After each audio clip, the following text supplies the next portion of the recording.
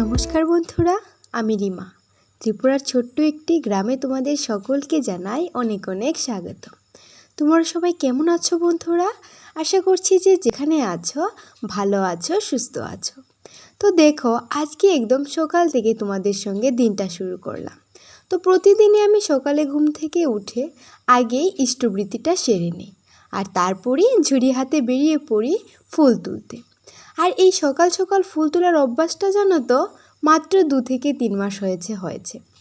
তো বন্ধুরা, কী কারণে হয়েছে সমস্ত কিছু তোমাদের বলছি।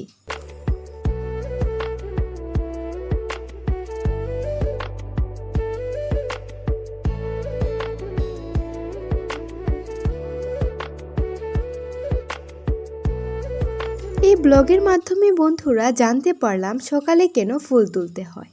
তো বন্ধুরা, আমার ব্লগ দেখে একটা দিদিভাই আমাকে কমেন্ট করে বলেছিল ফুলের মধ্যে সূর্যের আলোটা পৌঁছানোর আগেই নাকি, মানে ফুলের মধ্যে সূর্যের আলোটা পড়ার আগেই নাকি ফুল তুলে নিতে হয়। তো বন্ধুরা, সত্যি অনেক ভালো কিছু আমি জানতে পারলাম।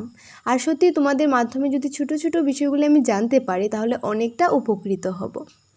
তো আমাদের বাড়ির ফুলগুলি তুলে আমি চলে গেলাম পাশের বাড়িতে।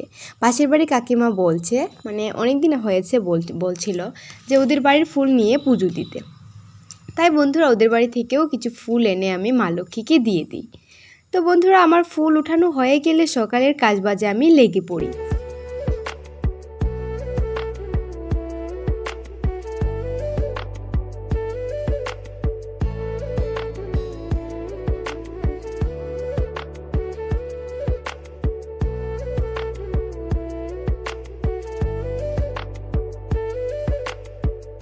আমার ফুল তোলা হয়ে গেছে বন্ধুরা, আর আজ ঘুম থেকে উঠেই দেখি মা ঘরদোরগুলি ঝাড় দিয়ে রেখে দিয়েছে।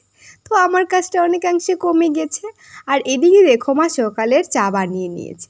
মা আর ভাইয়ের জন্য বানিয়েছে গরুর দুধের চা, আর আমার জন্য এভরিডে দুধের চা। তো এদিকে দেখো, বাইরের এই প্রকৃতিটা দেখলে মনটা অনেকটা ভালো হয়ে যায়। এদিকে দেখো, মা আমার জন্য চা বেড়ে রেখে দিয়েছে। আর আজকে সকালে টিফিনে আছে গতকালকে রুটি, মানে বাসি রুটি। তো গতকালকে রাতে আমাদের রুটি হয়েছিল, কিন্তু ভাইও চলে গিয়েছিল ঠাকুরের সৎসঙ্গে, আর আমিও আর খাইনি। কারণ বন্ধুরা, বেশ 3 থেকে 4 দিন হলো আমার শরীরটা খারাপ। একটু একটু সর্দি লেগেছে বন্ধুরা, আর হালকা হালকা জ্বরও আছে। তার জন্যই বন্ধুরা মাঝখানে 2 দিন ব্লগ দিতে পারিনি।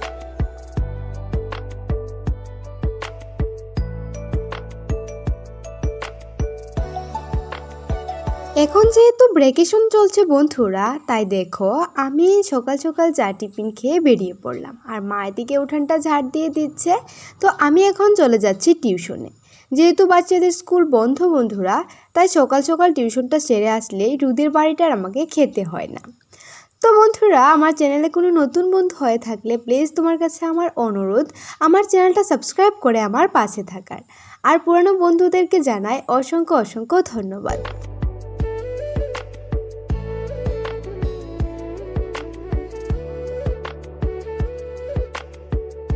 টিউশন থেকে বাড়িতে আসলাম অনেকক্ষণ, একটু রেস্টও করে নিয়েছি। আর কাপড়টা কেন ছাড়লাম না বন্ধুরা, এসে দেখি মা আমি যে কাপড় চোপড়গুলি পরেছিলাম এগুলি ধুয়ে দিয়েছে। তাই আর এই ড্রেসটা চেঞ্জ করলাম না, একেবারে স্নান সেরে নেব। আর এদিকে দেখো, মা গাছ থেকে বেশ কিছু আম পেড়ে নিয়েছে আর কিছু কুড়িয়েও নিয়েছে। তো এখন সবাইকে দিয়ে দেবো ধুয়ে ধুয়ে। তো বন্ধুরা, যেহেতু আমাদের একান্নবর্তী পরিবার, আমরা বাবা কাকা আমরা সবাই একই বাড়িতে থাকি। তো বন্ধুরা, যেহেতু সবারই গাছের আম, তো সবাইকেই দিয়ে দেব। আর একান্নবর্তী পরিবারের মজাটাই হয়েছে বন্ধুরা এই জায়গায়, সবাই মিলে মিশে একটা কিছু ভাগ করে খাওয়াতে যে ভালোবাসাটা বাড়ে, তা কিন্তু বন্ধুরা সিঙ্গেল একটা পরিবারে থাকে না। তো এখন দেখো, 2টো আম দিয়ে দেব ঠাম্মাকে, মানে আমার ঠাম্মার বোনকে। তো আমাদের তো ঠাম্মাই হলো। তো এখন ঠাম্মাকে 2টো আম দিয়ে দেব। আর এই ঠাম্মা দেখো, আমাদের ছোটোবেলায় কিন্তু অনেক আদর করতো, এখনও করে, অনেকটা করে। মানে এই ঠাম্মার অন্তঃপ্রাণ আমরাই বলতে পারো। তো এখানে দেখো, দাদুকে একটা আম দিয়ে দেব এক্ষুনি খাওয়ার জন্য আর কি। তো এখন দাদুর কাছে একটা পাকা আম নিয়ে যাচ্ছি, ওদেরকে দিয়ে দিলাম শালি আর বোন জামাইকে, মানে জামাইবাবুকে। তো এখন দাদুকে দিয়ে দিলাম, দাদু আমাকে বলছে যে শুধু একটাই আম। তো যাই হোক বন্ধুরা, আমাদের পরিবারটা সত্যি অনেকটা মিলেমিশে এতটা আনন্দ হয়, ছোট ছোট বিষয়ে বন্ধুরা অনেক আনন্দ হয়। তো মা যেহেতু অনেকটা কষ্ট করে আম পারলো, তো মা এখানে একটা আম খেয়ে নিচ্ছে। আর এই আমগুলো হয়েছে জুইদের, জুই থালা বাসন ধুয়ে নিয়ে যাবে। আর এই যে আমগুলি আমাদের। আর এখন এই বালতির আমগুলি দিয়ে দেবো ছোটো কাকাদের ঘরে। আর এক্ষুনি দেখতে পারবে দাদুর বাচ্চা পোনা। তো এখন দেখো দাদুর একটা আমে হয়নি, তো আরেকটা আম নিয়ে নিচ্ছে। তো দাদু ঠাম্মা না ওনারা অনেকটা বয়স্ক হয়ে গেছে, যার কারণে পুরো বাচ্চা বাচ্চা বিহেভিয়ার করে। ওরা না পুরো বাচ্চাদের মতো হয়ে গেছে বন্ধুরা। অনেক সময় আমাদের অনেকটা রাগ উঠে, তারপরও বন্ধুরা আবার বুঝতে চেষ্টা করি যে না, ওরা তো পুরো বাচ্চা হয়ে গেছে, যেহেতু অনেকটা বয়স বেড়ে গেছে। তো দাদু ঠাম্মা আমাদের কাছে এখনও আছে, সেটাই আমাদের অনেকটা বড় ভাগ্য বন্ধুরা। তো এখন দেখো আমাদের আমগুলি নিয়ে আমি ঘরেতে চলে আসলাম, আর এখন একটা বাটিতে করে তুলে রেখে দেব।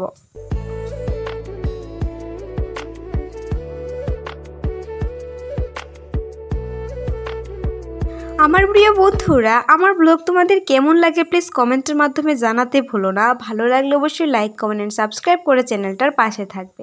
তোমাদের সাহায্য ছাড়া আমি কখনোই বন্ধুরা এগোতে পারবো না। তো এদিকে দেখো মা দুপুরবেলা এদিকে বসিয়েছে আলুর দম, আর কটা আম কেটে নিচ্ছে আমার আর মায়ের জন্য।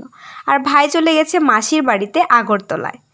তো এখানে দেখো বন্ধুরা, যেহেতু আমার শরীরটা একদমই ভালো নয়, জ্বর সর্দি লেগে আছে, তো চোখ মুখের অবস্থা দেখে নিশ্চয়ই বুঝতে পারছো। এদিকে আবার গরমটাও লাগছে দেখে আমি এদিকে ফ্যানটা চালিয়ে রেখেছি, আবার জ্বরটাও আছে। তো বন্ধুরা এখন একটু শুয়ে থাকবো, একদমই ভালো লাগছে না, যার কারণে আজকে কোনো কাজে বাজে হাত দিচ্ছি না। আজ নয় বন্ধুরা, অনেক দিনই হলো আমি কোনো কাজ বাজে হাত দিচ্ছি না। তো এখন হয়ে গেছে সন্ধে, আর সন্ধেবেলা কাকা এনে দিয়ে গেল এখানে একটা জিনিস। তো বন্ধুরা আমি প্রথমে খেয়ে নিয়েছিলাম, এটা হয়েছে কাঁঠালের পালের পিঠে। তো বন্ধুরা আজকের ব্লগটা চলো এখানেই শেষ করি। পিঠে খেতে খেতে আজকের মতো এখানেই বিদায় নেই। দেখা হবে সুন্দর আরও একটি ব্লগের সঙ্গে। ততক্ষণ ভালো থেকো আর সুস্থ থেকো, আর প্লিজ প্লিজ প্লিজ আমার চ্যানেলটার পাশে থেকো। তো আজকের মতো চলো, টাটা।